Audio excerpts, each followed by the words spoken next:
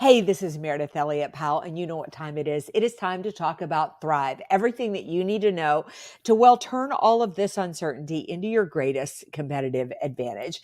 And I've got a rock star guest for you today. In fact, she is the first lady of sales. So we are going to roll up our sleeves. We are going to get to work, and we're going to talk about those things you need to know to really differentiate yourself in the marketplace. I've got Dr. Cindy McGovern with me today. And wow, you are going to love her story. You are going to love her ideas. And just welcome, Cindy. We are excited to have you. Thank you for having me, Meredith. I'm so excited to be here. I love your message. I love how you help folks. So I'm excited to have this conversation. Well, we've got a lot to talk about. So I'm going to hit the video. We're going to get started and roll up our sleeves and dive in. Let's do it.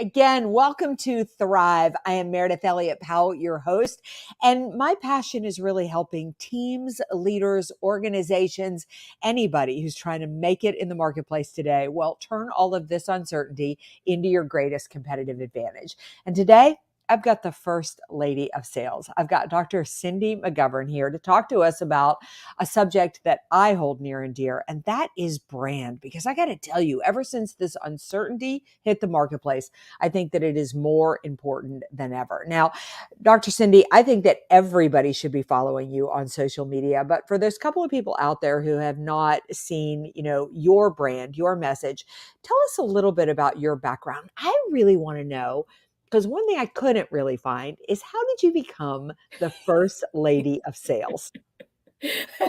So, funny story about that. I never wanted to be in sales, believe it or not. I got into sales kicking and screaming. Truthfully, I was a college professor, was a consultant, and about 6 months into the job, Oops. my boss said, and I said, I can't do that. And nor do I want to. And he literally said something that changed my world. He goes, if you can learn to sell, it's going to change your life. And Yeah. my 20 something year old self rolled my eyes and was like, you're so crazy. But he was absolutely right. I got into it. All of a sudden, realized I'd been selling my whole life, didn't call it sales. And when that light bulb went off, I went, why didn't I get taught this? And so that's what Yeah. happened is I got into sales, started teaching people sales. And you understand this as a woman, a lot of the time I was the only woman on the stage. And so it was a nickname that somebody gave to me that said, she's not, the little lady, she's the first lady. And then it stuck.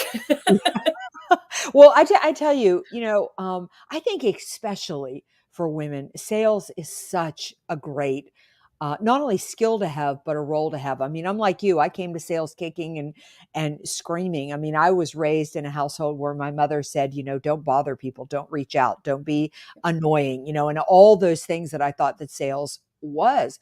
But then I got myself into a situation where I needed to be the breadwinner in the family. And the only way that I could earn enough money in the short amount of time that I really had to work with everything else I had to do was sales.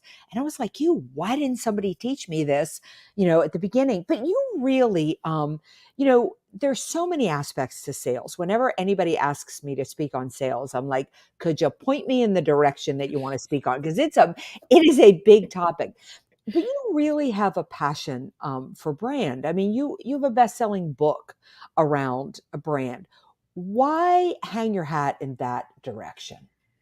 Because I think it's actually the most important thing you're selling. And people forget that in sales, before I buy whatever it is you're selling, your product, your service, your SaaS, whatever, I have to buy you because I have to trust you. And that's really what you're selling. And when you're selling trust in you as a person, as a salesperson, you're selling your personal brand. But so often it gets confused. 20 years ago, we used to say it was your reputation or your Yeah. image. It's not. It's your brand that creates that. And so the part of the reason I wrote this book is because the world had gone through the great resignation, the great remorse, the great reset. I believe we're in the great rebrand. And now is Mm. the time for people to really embrace the multifaceted superpowers that they have and bring them to the forefront to differentiate themselves in the marketplace, turn that uncertainty into their competitive advantage, and really be able to grow. And I think that it's the brand that's the core of all of that. What's so interesting to me is that I've thought that when Lehman Brothers fell back in 2007, 2008, to me, that is when brand started to really come into the forefront because I grew up in a world where we trusted companies. I mean, you believed that companies were going to be there. And, a lot of times when I sold, I was selling my company. I worked for big corporate entities.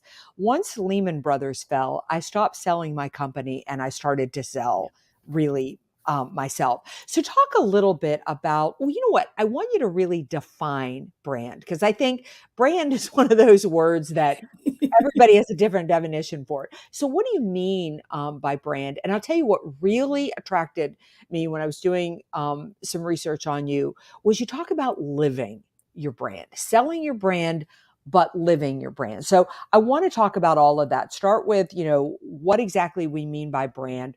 What is this great rebrand and how do you live it?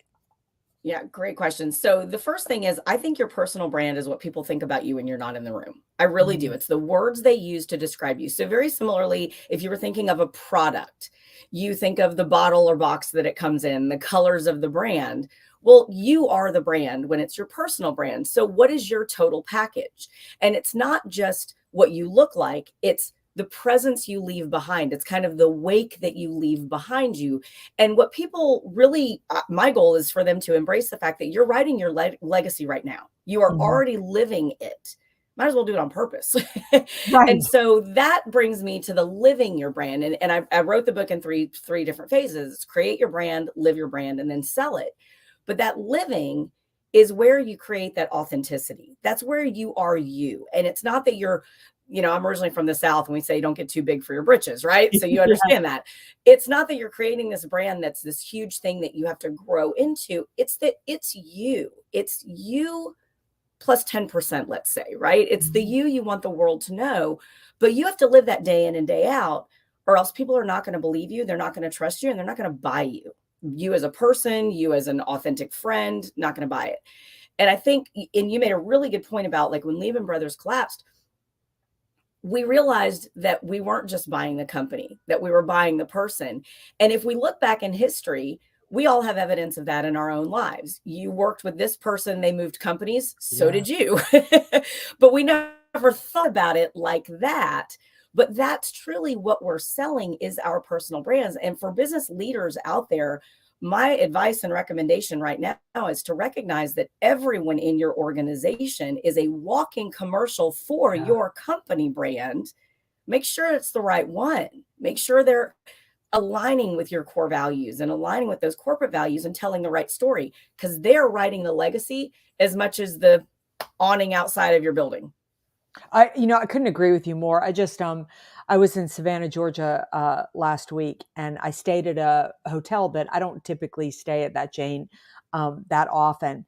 And it was a really bad experience. I mean, exceptionally bad experience. Very well known brand. They spend a lot on marketing and advertising, and which, in my mind, thought I don't ever want to stay in one of these hotels. They kept trying to give me a free night. I was like, no, that's fine. I don't want to stay here again. And they asked me why. And I said, because I don't trust you.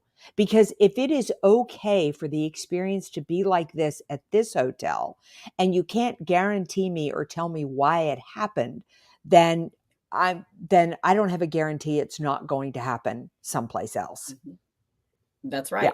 And so the trust was broken. And that's where people don't realize that if you've broken that trust with your personal brand, it is so much harder to get it back. That's why living it day in and day out is so very important because that continues to deepen the trust. That continues to build the trust with those around you. And we've all experienced this, right? Like you're the go-to friend in your personal Yeah. life for somebody. And it's because they trust you. That's why you're the go-to. Well, when you're a big corporate chain of a hotel, and I've had many of those nights too, unfortunately, Meredith, so I'm well aware. But it is always funny to me that the compensation is, well, let us earn your trust back by doing exactly what we did before. And it's like, you're missing the point. Right. Right. You're not selling me on the fact that you want my trust, you, not just the brand. You've got to sell yourself in that moment. So you'd even be willing to try another night. And Right. that's where that company is missing. I mean, that's a good front desk training for them because they're Mhm. missing the point that that person didn't do a good job of selling themselves. So you were even willing to listen to whatever the offer was. So what in your mind is this great rebrand? Because I'm really fascinated by this because trust has become so hard to come by in today's marketplace that you wouldn't think that trust would be a differentiator, but it is a differentiator because we have so much lack of trust in the marketplace.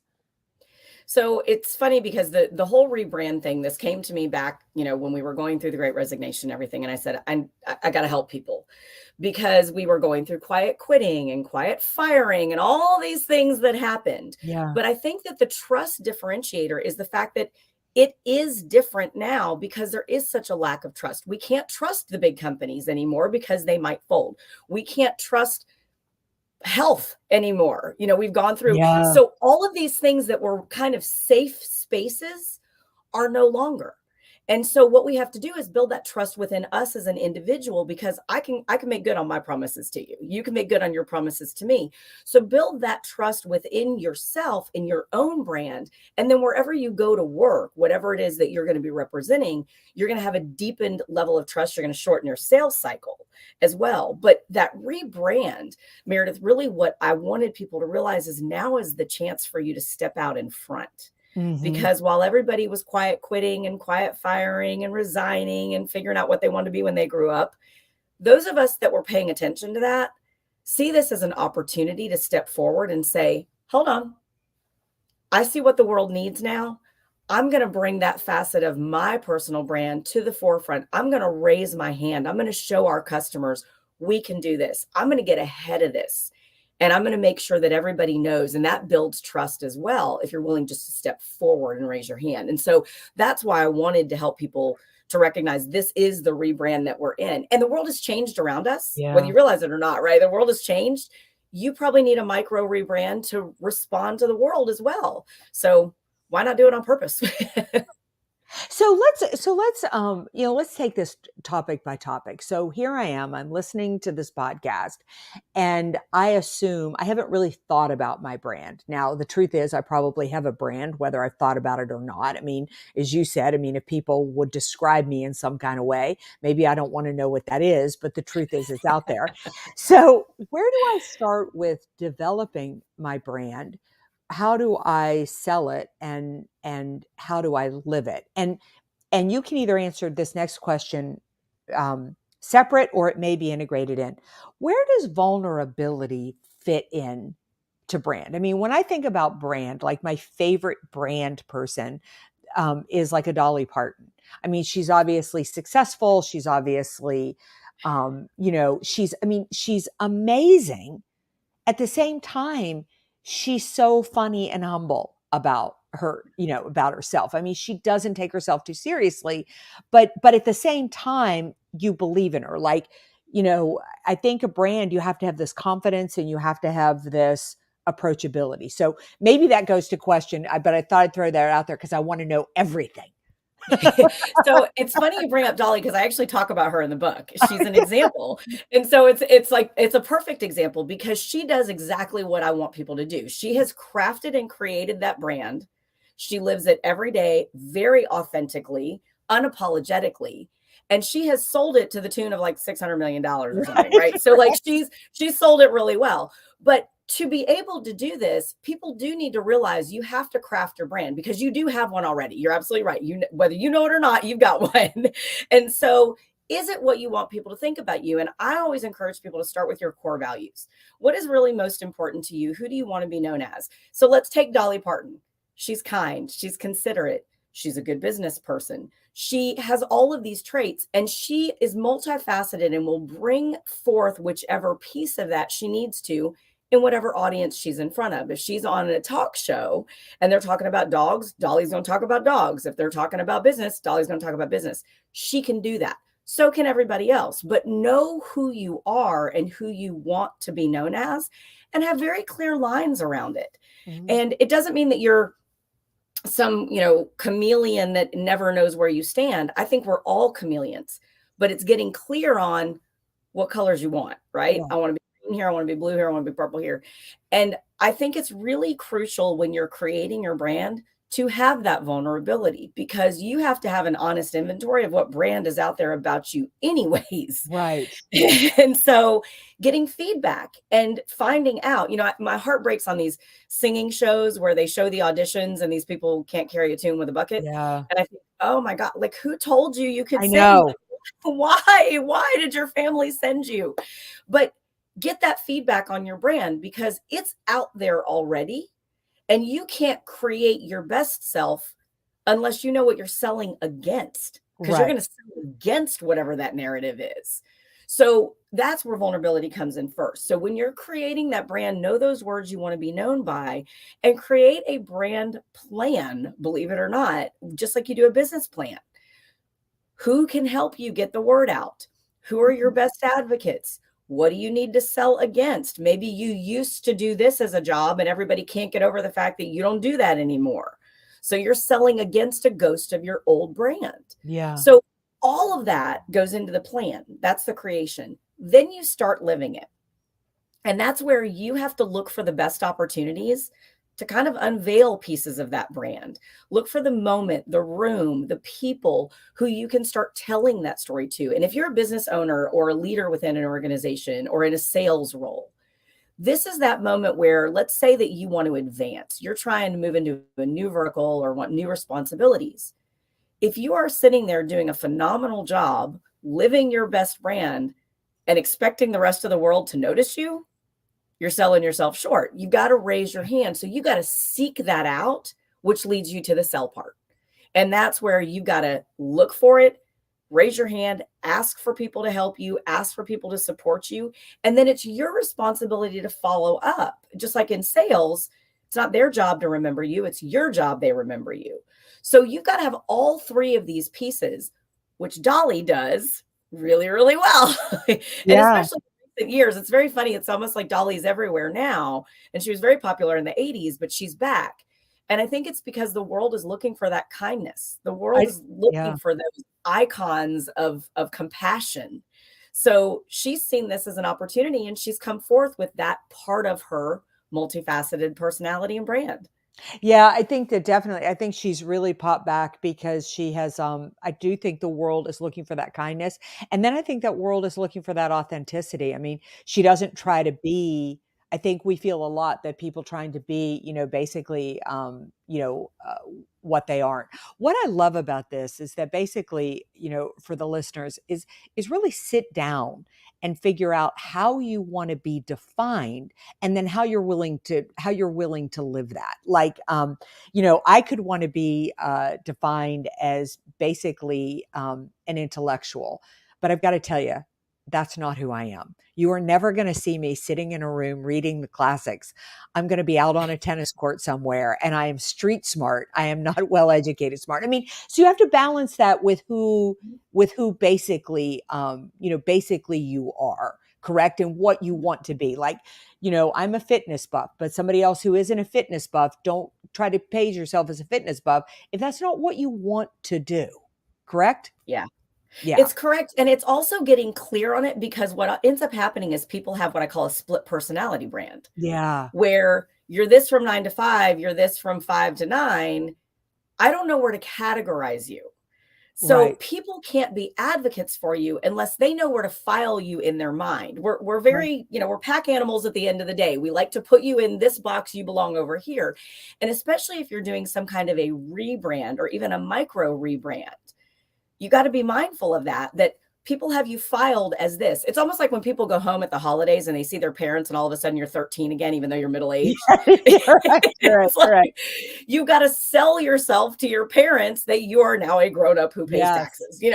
Yes. Yeah, yeah, yeah. Well, I think far too often too, like, we have, speaking of that, we've allowed other people to basically, define our brand. Let me ask you this, because I'm so curious. I mean, I think like Dolly is such a great example, but I think of I think of brands that people that have been such an iconic brand, but then have done some things to tarnish that brand. Maybe they painted a brand and then they, like I think of like a Hugh Grant and then getting arrested for, picking up a prostitute. I even think of like an Oprah Winfrey, who was a, wonderfully loved brand. And now she's gotten into the politics, you know, side of things. And, what about protecting, and I guess that would fall under the realm of selling your brand. Like Yeah. I certainly have political opinions. I certainly have opinions on religion or certain things, but I don't feel like that fits my brand, so I certainly wouldn't comment on them. And I'm just curious as to what point those pieces fit or don't fit. Well, and it's a very individual decision, Mhm. right? So, Oprah, I guarantee, talked with her publicist before she Yeah, started talking about politics, right? So right. so that was a conscious rebrand decision for her. But a lot of folks like a Hugh Grant, for example, I'm pretty sure he didn't think about how this was going to affect his brand and it just kind of happened.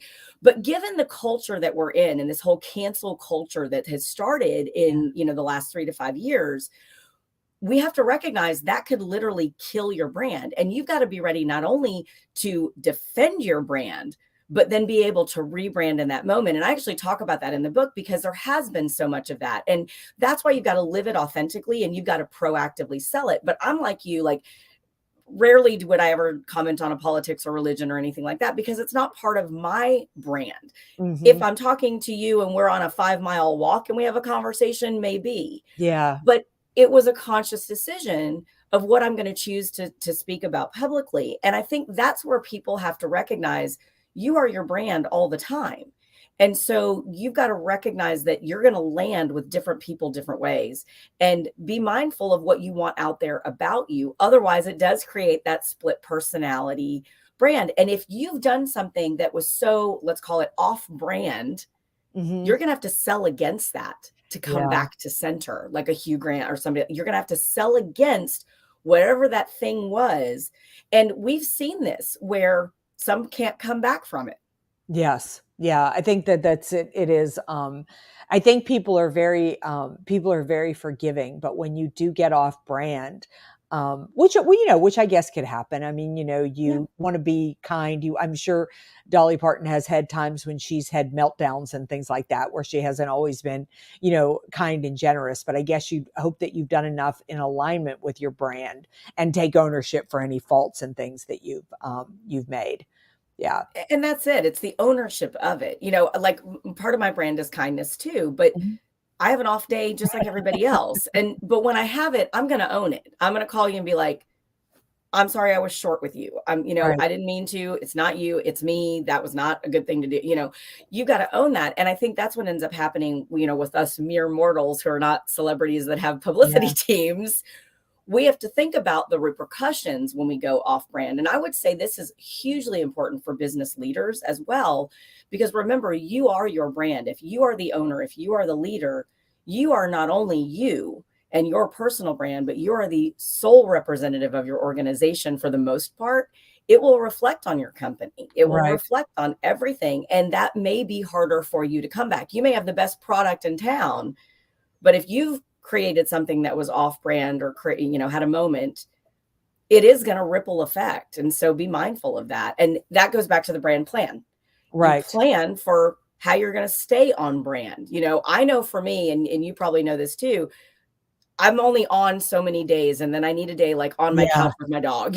Right. So I know after 5, keynote speeches in a row, I've got to sit Yeah. on my couch for a couple of days or else I'm going to go off brand. Right. And that's okay, but know that in your brand plan and give yourself some grace. So how do companies sort of balance this in the sense that I remember back in the day when I used to manage corporate teams, it would be a hard sell, but I would, we were in a small community, the regions that I managed. And I would say, as much as you want to be drinking and partying on the table, at the local bar on Friday night, we loan money to people and we know their darkest secrets and we can't get a little tanked at the local bar and do what we need to do. I don't know that I would get away with telling people that. today. It's definitely a different human resources world than what I grew up. But how do companies kind of balance that? And how do if you have individuals making political statements or religious statements, or I even saw one of my former employees using, the F word on a Facebook post, and she's still working for the corporation. How do you manage all of that? So I think that's really hard for a lot of organizations now because there is sort of this 24/7 communication of social media. Yeah. And it's out there and it's forever. I mean, I remember, and you probably remember too, when the World Wide Web started, we used to say you publish to the web. It was, Right. it's Right. out there. And so, that digital footprint exists now. And that's something that I talk about in the book as well, is recognize what those boundaries are, because that is going to live forever. Whatever you do at the bar on Friday night, everybody's got a smartphone that Yeah. could be recorded and shown. And we've seen that where companies will let go of somebody because they Yeah. see that behavior. And so, what I would also offer to folks to think about though is, are you the person that is at the bar Friday night? Is that really part of your brand that you want the world to see? Yeah. Because if it is, fine. If it's not, that's part of that brand plan. You go back and you decide, I don't want to do that. I don't want to be seen as that. I'm going to be mindful. I'm going to have, 2 drinks instead of 12, whatever it is. Mhm. But I think it's where the intention lies in who you want to be known as, and being purposeful about it, and monitoring yourself as well, and having some personal accountability, because it can have that ripple effect.